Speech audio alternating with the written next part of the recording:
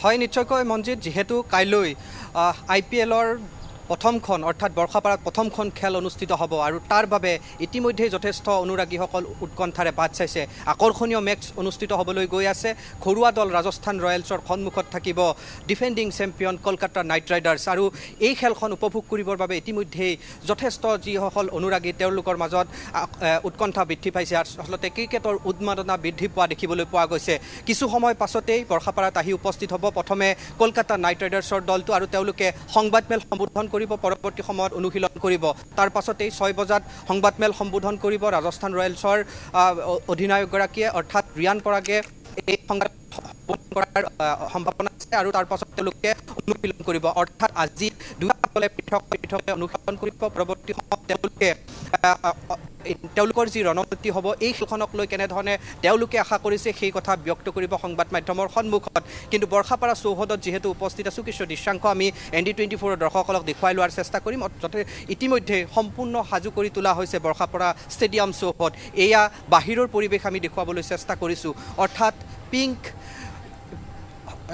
এটা সুন্দৰ পৰিৱেশে ইতিমধ্যে বিৰাজ কৰিছে আৰু BCCIৰ ফালৰ পৰা লগতে IPL কৰ্তৃপক্ষৰ ফালৰ পৰা যিখিনি ব্যৱস্থা গ্ৰহণ কৰিব লাগে, যাৱতীয় যিসমূহ প্ৰস্তুতি গ্ৰহণ কৰিব লাগে সেই প্ৰস্তুতি ইতিমধ্যে গ্ৰহণ কৰা হৈছে আৰু পৃথকে এনেধৰণে গেট ইয়াতে প্ৰস্তুত কৰা হৈছে যাতে লোকসকল যিসকল দৰ্শক খেল চাবলৈ প্ৰৱেশ কৰিব সেইসকল প্ৰৱেশ কৰাৰ সময়ত যাতে কোনো খামখেয়ালিৰ সৃষ্টি নহয়, কোনো জানে অভাৱনীয় পৰিস্থিতিৰ সৃষ্টি নহয়, তাৰ বাবে এনেধৰণে ব্যৱস্থা গ্ৰহণ কৰা হৈছে।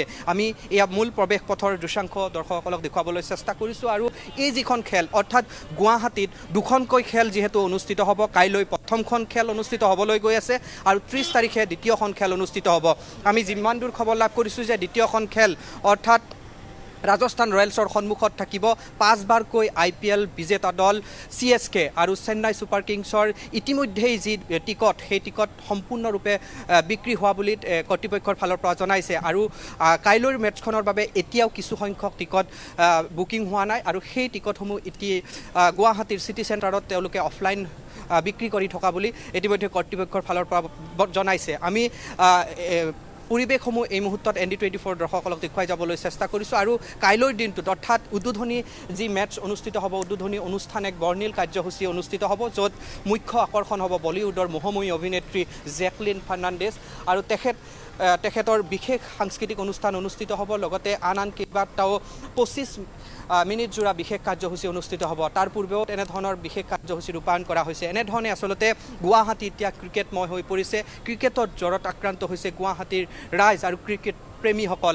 ইতিমধ্যেই সকলো উৎকণ্ঠাৰে বাট চাইছে যে ডিফেণ্ডিং চেম্পিয়ন কলকাতা নাইট ৰাইডাৰ্ছক ৰাজস্থান ৰয়েলছ অৰ্থাৎ ঘৰুৱা দল ৰাজস্থান ৰয়েলছে হৰুৱাই আচলতে তেওঁলোকৰ জয়ৰ অভিযান আৰম্ভ কৰিব। কাৰণ দুয়োটা দলে প্ৰথম যিখন মেটছ আছিলে ইতিমধ্যে পৰাজয় বৰণ কৰিছে। সকলোৱে তেওঁলোকে আশা কৰিছে যে কাইলৈৰ মেটছখন দুয়োটা দলে ভাল প্ৰদৰ্শন কৰি জয়ী হ'ব পাৰিব। এই খেলখন এইকাৰণে গুৱাহাটীৰ ৰাইজৰ বাবে অতিকৈ আকৰ্ষণীয় বা উৎকণ্ঠাৰে বাট চাইছে, কাৰণ অসম সন্তান ৰিয়ান পৰাগৰ নেতৃত্বত থাকিব ৰাজস্থান ৰয়েলছ দল আৰু গুৱাহাটীৰ অৰ্থাৎ অসমৰ ৰাইজে ৰিয়ান পৰাগৰ নেতৃত্বত যিটো দল নামিব তেওঁলোকৰ দলৰ প্ৰদৰ্শন চাবলৈ সকলোৱে আচলতে উৎকণ্ঠাৰে বাট চাইছে বা তেওঁলোকে আশা কৰিছে যাতে ৰিয়ানে ঘৰুৱা মাটিত এখন ভাল খেল প্ৰদৰ্শন কৰিব, তেওঁ উন্নত মানৰ খেল প্ৰদৰ্শন কৰিব। কাৰণ বিগত যিখন খেল অনুষ্ঠিত হৈছিল সেই খেলখনত যি ধৰণে অনুৰাগীয়ে বিচাৰিছিল বা অসমৰ ৰাইজে যি ধৰণে ৰিয়ানে প্ৰদৰ্শন কৰাটো বিচাৰিছিল সেই ধৰণৰ প্ৰদৰ্শন আগবঢ়াব সক্ষম নহয়। কিন্তু দ্বিতীয়খন যিখন খেল গুৱাহাটীৰ মাটিত অৰ্থাৎ ঘৰুৱা মাটিত অনুষ্ঠিত হ'বলৈ গৈ আছে সেই খেলখনত যাতে ৰিয়ানে এটা ভাল প্ৰদৰ্শন কৰি দলটোক নেতৃত্ব প্ৰদানৰ ক্ষেত্ৰত এটা শক্তিশালী ভূমিকা পালন কৰে,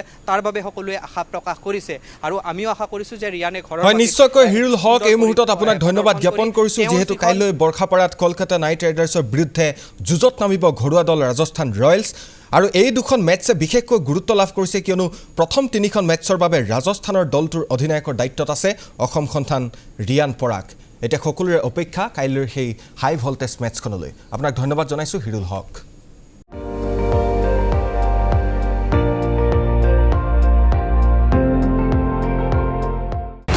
আপুনি চাই আছে ND24, সৰ্বশ্ৰেষ্ঠ নহয় সৰ্বোত্তমৰ দৌৰ।